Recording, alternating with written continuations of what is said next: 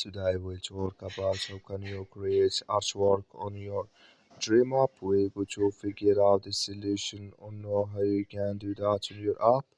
So you just follow these ways, then it's going to work with you.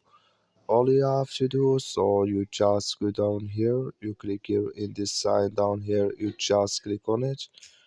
So then it's going to take you to this list. It's going to show for you like this here, and here can you create artwork here if you want to select text or image or avatar, and here it shows an art style here, and here artwork size here.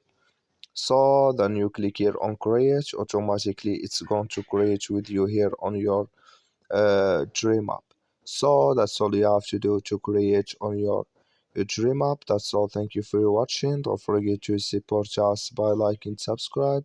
Thank you for your watching.